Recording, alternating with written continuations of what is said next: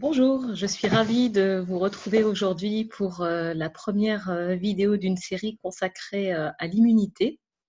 Donc l'idée de ces vidéos, c'est de vous donner les 8 clés qui permettent de renforcer, restaurer ou retrouver une immunité qui nous permette de fonctionner et d'aller au mieux.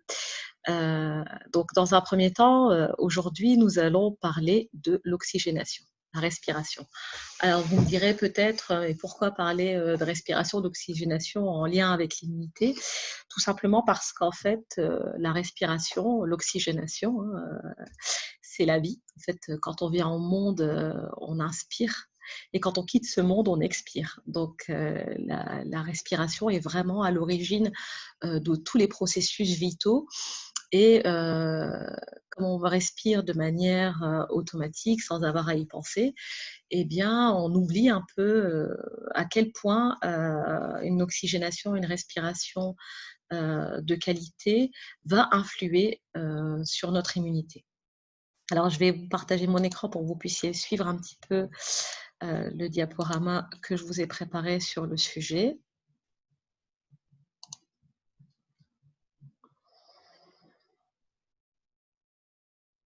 Voilà, normalement, ça se met en route. Et donc, pour rappel, je vais aborder 8 clés concernant le fait de préserver, soutenir ou restaurer son immunité. Donc, aujourd'hui, on va parler d'une bonne oxygénation. La prochaine fois, on parlera de l'hydratation, puis on verra un petit peu comment avoir une alimentation qui soit saine et revitalisante, qui va voilà, nous dynamiser. Puis, on abordera une question qui soulève beaucoup d'intérêt, c'est la question des compléments qui peuvent soutenir le système immunitaire. On verra aussi qu'une activité physique adaptée rentre dans le cadre d'une immunité de qualité. Puis on abordera la question du sommeil, du repos de qualité. Et enfin, on verra l'importance de gérer son stress et ses émotions, ainsi que de se protéger contre les pollutions chimiques et électromagnétiques. Oui, tout un programme. Et nous allons commencer aujourd'hui par la question de l'oxygénation. Alors, clé numéro 1, une bonne oxygénation. Qu'est-ce que c'est que respirer? Eh bien, respirer, tout d'abord, c'est pratiquer un échange gazeux au niveau des poumons. Hein, c'est ici que ça se joue au niveau de nos poumons.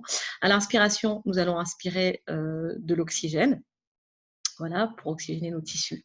Et à l'expiration, on va rejeter du gaz carbonique. Et cet échange gazeux entre l'intérieur et l'extérieur est le lieu, justement, avec nos poumons, d'un échange entre le sang dans notre milieu intérieur et l'environnement extérieur.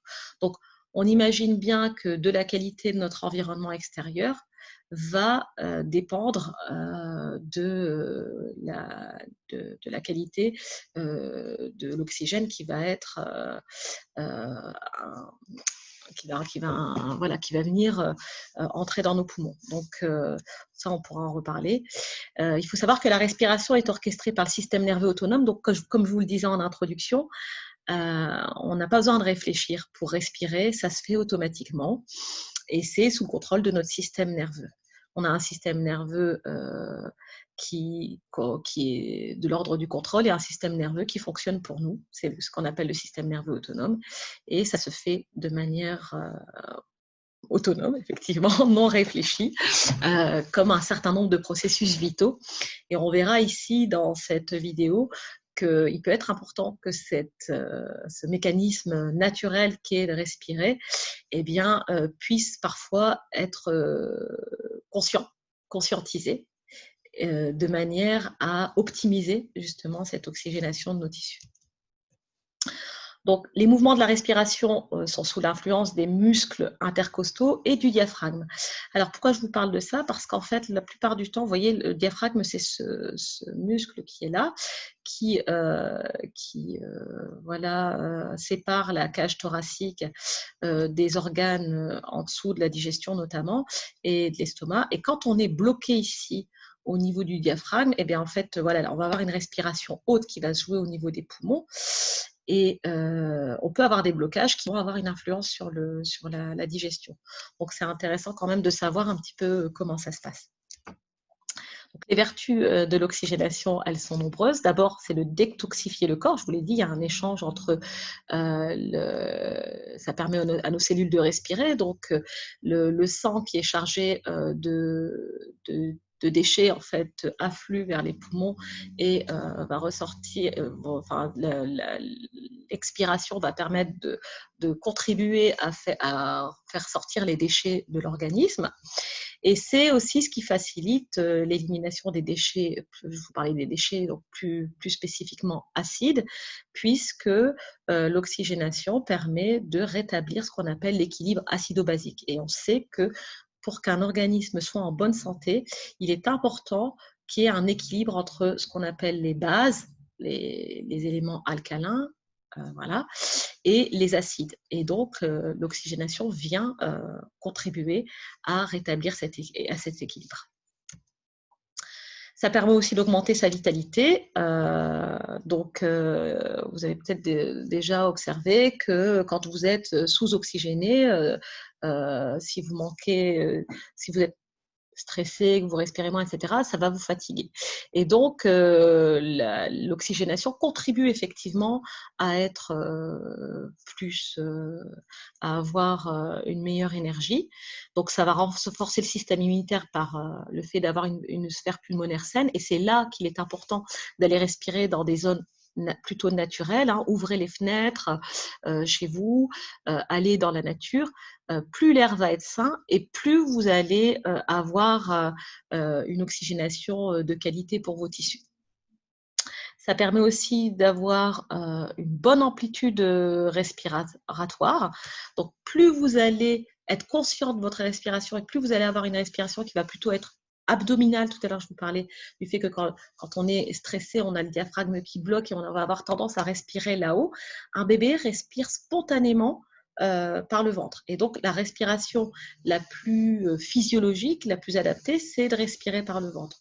Donc, avoir une bonne amplitude respiratoire, c'est vraiment gonfler le ventre et se respirer de manière ample pour pouvoir avoir plus d'oxygène qui rentre à l'intérieur de notre organisme. Et donc, tout ça, c'est ce qui va constituer une barrière préventive contre les virus et infections. Et on sait, par exemple, l'hiver, on est dans des endroits plus confinés. On est donc plus sujet à tout ce qui est infection ORL, rhume, etc., virus. Et donc, on voit bien qu'en étant dans un environnement où on va, donc l'été, enfin, qu'est-ce qui fait qu'au printemps, en fait, la grippe et les virus disparaissent, c'est qu'on ouvre les fenêtres, qu'on sort et qu'on va plus dans la nature. Et donc, c'est une barrière naturelle préventive contre les virus et les infections, c'est d'aller s'oxygéner, d'aller respirer un air qui est pur. Alors, ça va aussi avoir un autre intérêt, l'oxygénation, c'est que ça permet d'équilibrer le système nerveux. Donc, on va avoir une meilleure gestion des émotions quand on va respirer. Ça vous est déjà arrivé d'être en colère ou d'avoir eu un choc, etc. Voilà, sur le moment, si vous vous arrêtez, que vous faites un arrêt sur image et que vous regardez dans quel état vous êtes, souvent vous avez le souffle coupé. Les gens vont dire qu'ils ont un poids dans la poitrine, qu'ils ont la gorge coupée, voilà, que tout est bloqué. Et donc, face aux émotions fortes, voilà, se poser et se mettre à respirer, ça va permettre de mieux gérer les émotions. Donc, ça, pas seulement au moment où ces émotions fortes arrivent, mais le fait de respirer régulièrement et d'avoir ces rituels de respiration qui sont devenus presque automatiques, va permettre, quand on va avoir des émotions fortes, d'y penser et de se dire, tiens, j'ai une émotion, je vais me calmer, je respire. Il y a des expressions typiques, laisse-moi respirer, j'ai besoin de souffler, etc., qui renvoient justement à cette importance de respirer par rapport à notre équilibre psychique. Donc, ça va permettre aussi de mieux gérer le stress. Effectivement, quand on est les réactions de stress, en fait, c'est des réactions qui visent à nous… Alors, c'est des réactions physiologiques aussi, là encore, où on va avoir… Le but, en fait, de la réaction de stress, c'est de nous permettre de lutter ou fuir face à un danger. Et donc, il va y avoir un certain nombre de choses qui vont être bloquées dans notre organisme, comme la digestion, comme tous les processus des réparations, etc. Et donc, venir respirer, venir s'oxygéner, ça va permettre de calmer ces effets du stress et de rétablir des fonctions normales, donc au niveau digestif, au niveau de la réparation des tissus, au niveau de notre glycémie aussi, parce que le stress va jouer aussi sur une montée de sucre dans notre sang. Et donc, voilà, le fait de respirer, ça va venir calmer un petit peu ce stress et éviter qu'il ne prenne toute la place et qu'on soit en boucle sur ce stress. Ça contribue aussi à la concentration. Effectivement, ça vous est peut-être déjà arrivé d'avoir les idées complètement brouillées parce que justement, stress ou émotion forte, etc. Et on s'arrête, on respire, on fait une pause et là, ça permet de se recentrer, justement. Hein, en concentration, recentrer, vous avez un peu voilà, cette notion de centre. Revenir à la respiration, vous voyez, les Asiatiques, dans la tradition bouddhiste, etc., disent que la respiration, c'est ce qui permet de relier le corps et l'esprit. Donc, c'est vraiment quelque chose qui va nous permettre de nous ancrer, de revenir ici et maintenant.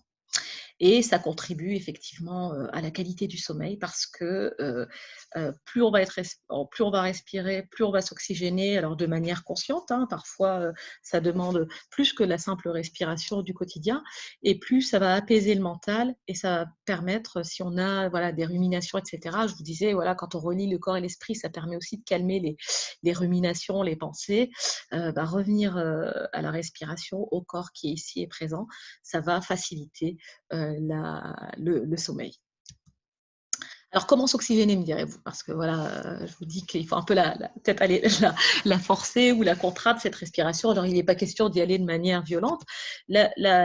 Pour bien s'oxygéner, la manière la plus simple, c'est de pratiquer des respirations profondes. Alors, je vous ai mis ici le 10-10. Ça peut être, vous voyez, au début, si on n'a pas l'habitude de respirer, ça va être, en gros, 10 fois par jour, vous allez faire 10 respirations profondes. Donc, quand je dis 10 respirations 10 fois par jour, ça peut être au début de mettre une alarme sur son téléphone portable.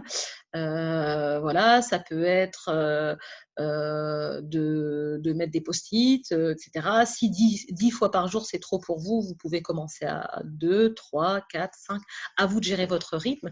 Mais l'idée, c'est de mettre en place une routine, des rituels qui vont permettre après que les choses se mettent en place de manière autonome.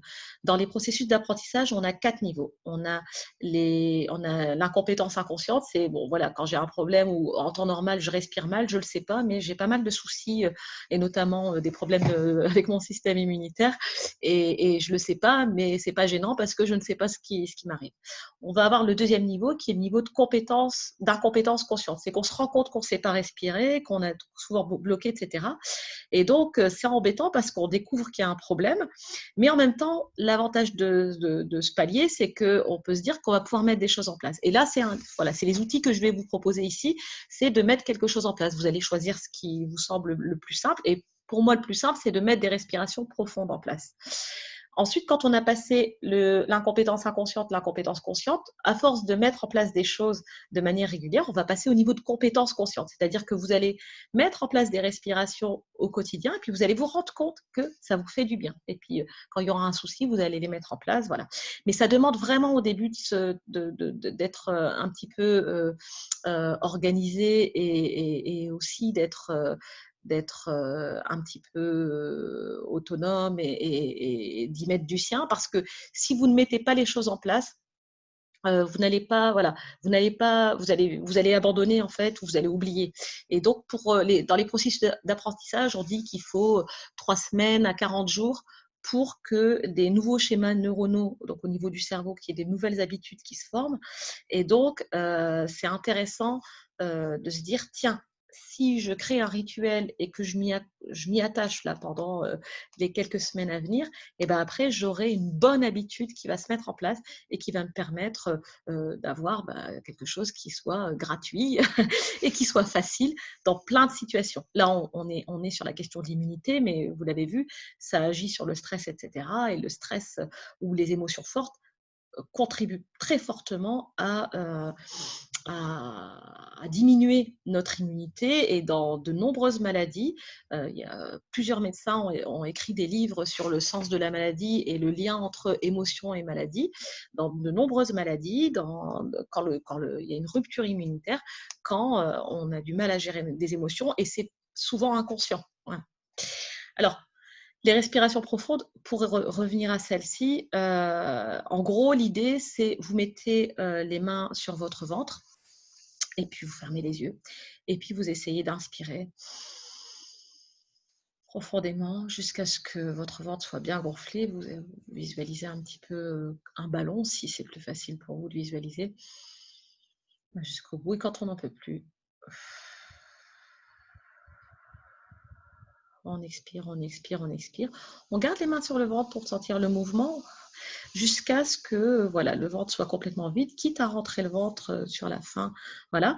Ça va aussi venir faire un massage des organes digestifs, et il y a des gens qui voient, grâce à ces respirations profondes, leur digestion s'améliorer. Donc, on a un effet, des avantages collatéraux qui sont bénéfiques.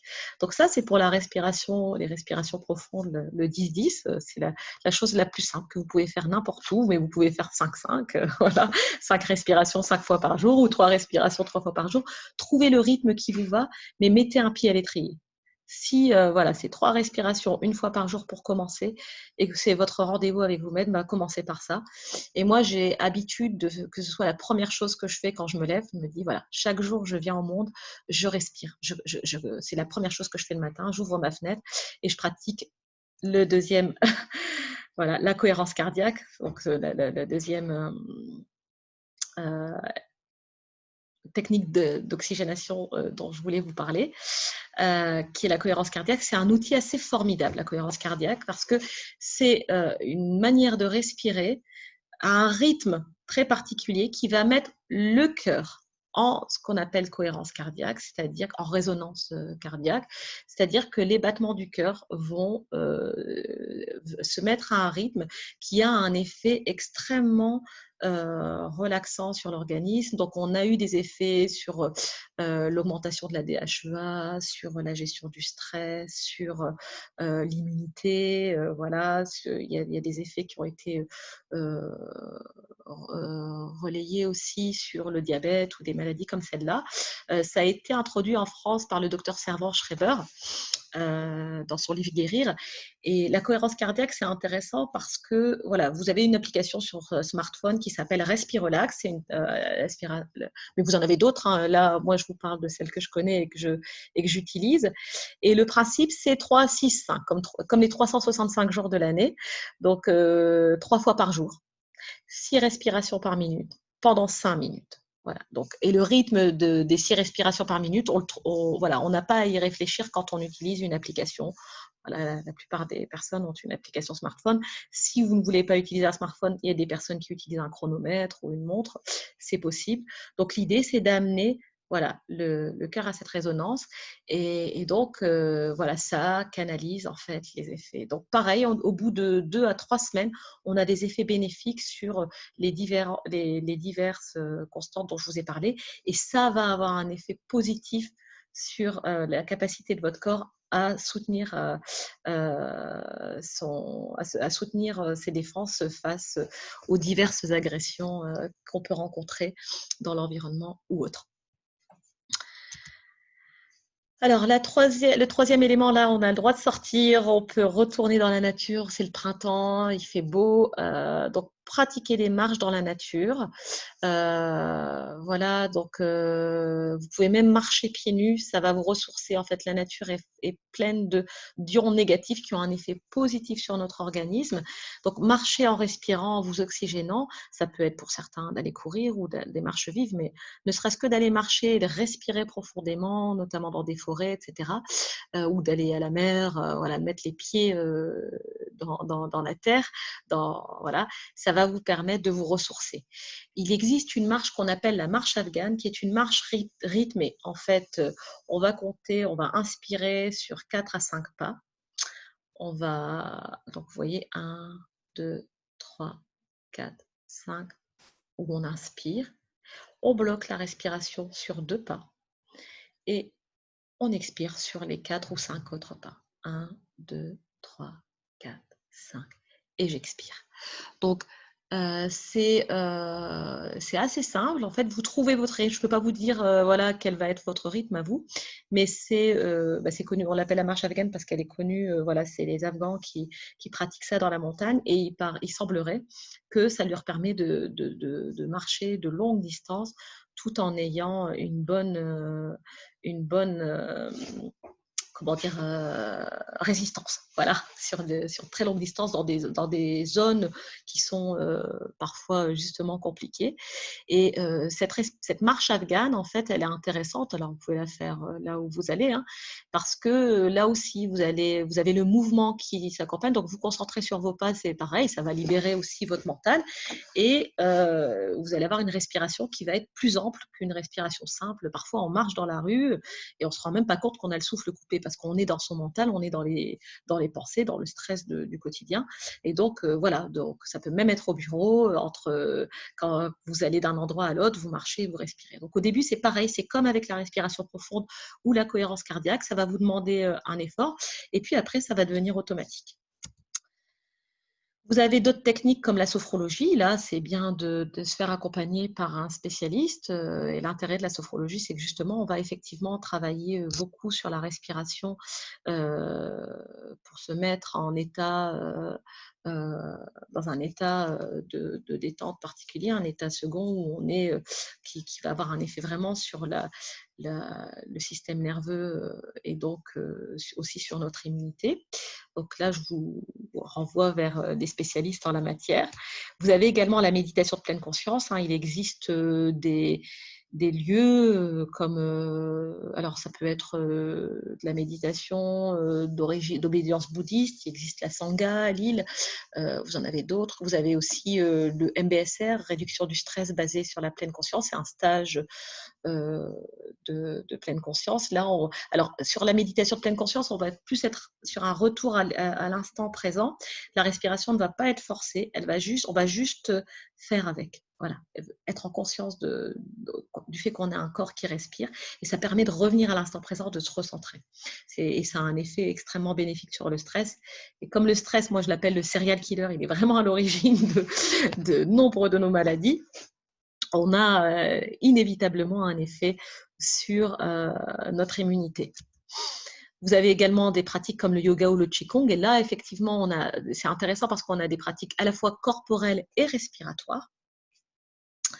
Et vous avez d'autres techniques là qui sont purement respiratoires, qui sont comme le bol d'air Jacquier, où là alors maintenant ça existe aussi sous d'autres marques, mais voilà, c'est une espèce de bol d'air où on va respirer dans une espèce de récipient avec des huiles essentielles qui sont ventilées.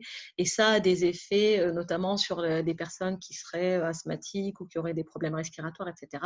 On va avoir les effets en un quart d'heure une heure de marche en pleine forêt. Vous voyez, 1 heure, 1 heure et demie de marche en pleine forêt. Donc, c'est intéressant. Voilà, là, c'est encadré par des thérapeutes dans des cas spécialisés. Vous pouvez aller voir sur Internet, ça existe. Après, vous avez l'aromathérapie aussi. Là, quand on travaille avec le bol d'air Jacquier ou l'aromathérapie, on va plutôt être sur des techniques qui vont aider, qui vont avoir sur des troubles. On va plus venir en termes de remèdes, voyez-vous.